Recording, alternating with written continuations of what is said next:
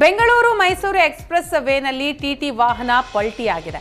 ಮಂಡ್ಯ ಜಿಲ್ಲೆಯ ಶ್ರೀರಂಗಪಟ್ಟಣ ತಾಲೂಕಿನ ಗಡಂಗೂರು ಬಳಿ ಘಟನೆ ನಡೆದಿದೆ. ಟಿಟಿಯಲ್ಲಿ ಕೇರಳ ಪ್ರವಾಸ ಮುಗಿಸಿ ಬೆಂಗಳೂರಿಗೆ ತೆರಳುತ್ತಾ ಇದ್ರು. ಈ ವೇಳೆ ಚಾಲಕನ ನಿಯಂತ್ರಣ ತಪ್ಪಿದಂತಹ ಟಿಟಿ ಪಲ್ಟಿಯಾಗಿದೆ. ಕೆಲವು ಪ್ರಯಾಣಿಕರಿಗೆ ಸಣ್ಣಪುಟ್ಟ ಗಾಯಗಳಾಗಿದ್ದು ಅದೃಷ್ಟವಶಾತ್ ಪ್ರಾಣಾಪಾಯದಿಂದ ಪ್ರಯಾಣಿಕರು ಪಾರಾಗಿದ್ದಾರೆ. ಶ್ರೀರಂಗಪಟ್ಟಣ ಗ್ರಾಮಾಂತರ ಪೊಲೀಸ್ ಠಾಣಾ ವ್ಯಾಪ್ತಿಯಲ್ಲಿ ಪ್ರಕರಣ ದಾಖಲಾಗಿದೆ.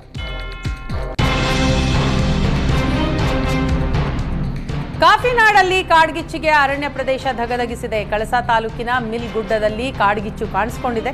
ಸುಮಾರು 30 ಎಕರೆಯಷ್ಟು ಮರಸಣಿಗೆಯ ಮಿಲ್ ಗುಡ್ಡ ಸುಟ್ಟು ಕರಕಲಾಗಿದೆ. ಕಳಸದಲ್ಲಿ ಅಗ್ನಿಶಾಮಕ ಠಾಣೆ ವಾಹನ ಎರಡೂ ಇಲ್ಲ. ಹಾಗಾಗಿ ಅಗ್ನಿಶಾಮಕ ವಾಹನ ಮೂಡಿಗೆರೆಯಿಂದಲೇ ಹೋಗಬೇಕು. ಬೆಂಕಿ ನಂದಿಸಲು ಅರಣ್ಯ ಅಧಿಕಾರಿಗಳು ಹರಸಾಹಸ ಪಟ್ಟಿದ್ದು ಸ್ಥಳೀಯರು ಕೈಜೋಡಿಸಿದ್ದಾರೆ. 30 ಎಕರೆ ವ್ಯಾಪ್ತಿಯಲ್ಲಿದ್ದ ಪಕ್ಷಿಗಳು ಬೆಂಕಿಗೆ ಆಹುತಿಯಾಗಿವೆ. ಕೆಮಿಕಲ್ ತ್ಯಾಜ್ಯ ಕೃಷ್ಣಾ ನದಿ ಸೇರ್ತಾ ಇದ್ದು ಮೀನುಗಳ ಮಾರಣ ಹೋಮ ನಡೆದಿದೆ. ಅಥಣಿ ತಾಲೂಕಿನ ಶಿರಹಟ್ಟಿ ಗ್ರಾಮದ ಹೊರವಲಯದ ಕೃಷ್ಣಾ ನದಿಯಲ್ಲಿ ರಾಶಿ ಮೀನು ಸತ್ತು ಕೊಳೆಯುತ್ತಾ ಇದೆ. ಕಾರ್ಖಾನೆಗಳ ಕೆಮಿಕಲ್ ಮಿಶ್ರಿತ ನೀರಿನಿಂದ ಮೀನುಗಳು ಸತ್ತಿದೆ ಅಂತ ಆರೋಪಿಸಲಾಗಿದೆ. ಆದರೆ ಮಾಲಿನ್ಯ ನಿಯಂತ್ರಣ ಮಂಡಳಿ ಇಲಾಖೆ ಅಧಿಕಾರಿಗಳು ಯಾವುದೇ ಕ್ರಮ ಜರುಗಿಸದೆ ನಿರ್ಲಕ್ಷ್ಯ ವಹಿಸಿದ್ದಾರೆ. ನದಿ ಪಾತ್ರಗಳಲ್ಲಿ ರಾಶಿಗಟ್ಟಲೆ ಮೀನುಗಳು ಕೊಳಿತಾ ಇದ್ದು ಸುತ್ತಮುತ್ತಲಿನ ವಾತಾವರಣ ಕಲುಷಿತಗೊಂಡಿದೆ. ಕಾರ್ಖಾನೆಗಳ ವಿರುದ್ಧ ಸೂಕ್ತ ಕಾನೂನು ಕ್ರಮ ಕೈಗೊಂಡು ಕೃಷ್ಣಾ ನದಿ ಜಲ ಶುದ್ಧೀಕರಣಕ್ಕೆ ಸ್ಥಳೀಯರು ಆಗ್ರಹಿಸಿದ್ದಾರೆ. ಆಸ್ತಿ ವಿಚಾರಕ್ಕೆ ಅಣ್ಣ ತಮ್ಮಂದಿರ ನಡುವೆ ಜಗಳ ನಡೆದಿದ್ದು ಕೊಲೆಯಲ್ಲಿ ಅಂತ್ಯವಾಗಿದೆ. ಉತ್ತರ ಕನ್ನಡ ಜಿಲ್ಲೆಯ ಶಿರಸಿ ಹುತ್ಗಾರದಲ್ಲಿ ಘಟನೆ ನಡೆದಿದೆ. ಜಗಳ ತಾರಕಕ್ಕೇರಿ ತಮ್ಮ ಶಿವರಾಜ ಗಣಪತಿ ಮುಕ್ರಿ ಎಂಬಾತ ಅಣ್ಣ ತ್ಯಾಗರಾಜ ಗಣಪತಿ ಮುಕ್ರಿ ತಲೆಗೆ ಸುತ್ತಿಗೆಯಿಂದ ಹೊಡೆದು ಬರ್ಬರವಾಗಿ ಹತ್ಯೆಗೈದಿದ್ದಾನೆ. ಗಲಾಟೆಯಲ್ಲಿ ಗಂಭೀರ ಗಾಯಗೊಂಡಿದ್ದ ತ್ಯಾಗರಾಜ ಗಣಪತಿ ಮುಕ್ರಿಯನ್ನ ಹುಬ್ಬಳ್ಳಿ ಕಿಮ್ಸ್ಗೆ ಸೇರಿಸಲಾಗಿತ್ತು. ಆದರೆ ಚಿಕಿತ್ಸೆ ಫಲಕಾರಿಯಾಗದೆ ಮೃತಪಟ್ಟಿದ್ದಾರೆ. ಆರೋಪಿ ಶಿವರಾಜ ಗಣಪತಿ ಮುಕ್ರಿಯನ್ನ ಶಿರಸಿ ಪೊಲೀಸರು ಬಂಧಿಸಿದ್ದಾರೆ. ಬೆಳಗಾವಿಯಲ್ಲಿ ನೈತಿಕ ಪೊಲೀಸ್ ಗಿರಿ ತೋರಿದ 4 ಅರೆಸ್ಟ್ ಮಾಡಲಾಗಿದೆ. ಅನ್ಯ ಧರ್ಮದ ಯುವತಿಯ ಮೇಲೆ ಮಾತಾಡಿದ್ದಕ್ಕೆ ಯುವಕನಿಗೆ ಸ್ಥಳೀಯರು ಗೂಸಾ ಕೊಟ್ಟಿದ್ದಾರೆ.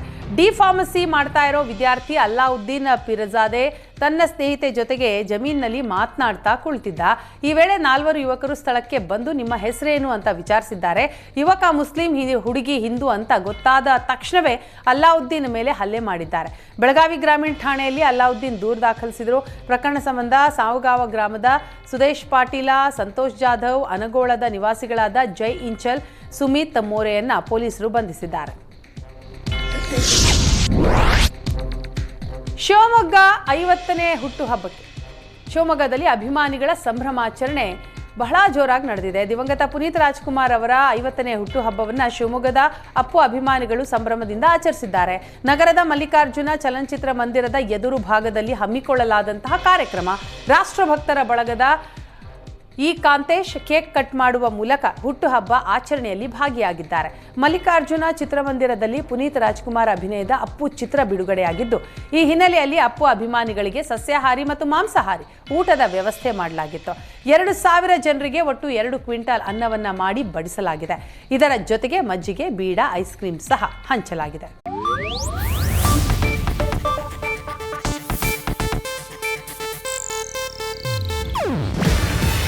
ಇದು ಏಷ್ಯಾನೆಟ್ ನ್ಯೂಸ್ ನೆಟ್ವರ್ಕ್ ಪ್ರಸ್ತುತಿ. ನೀವು ನೋಡ್ತಿದ್ದೀರಾ ಏಷ್ಯಾನೆಟ್ ಸುವರ್ಣ ನ್ಯೂಸ್.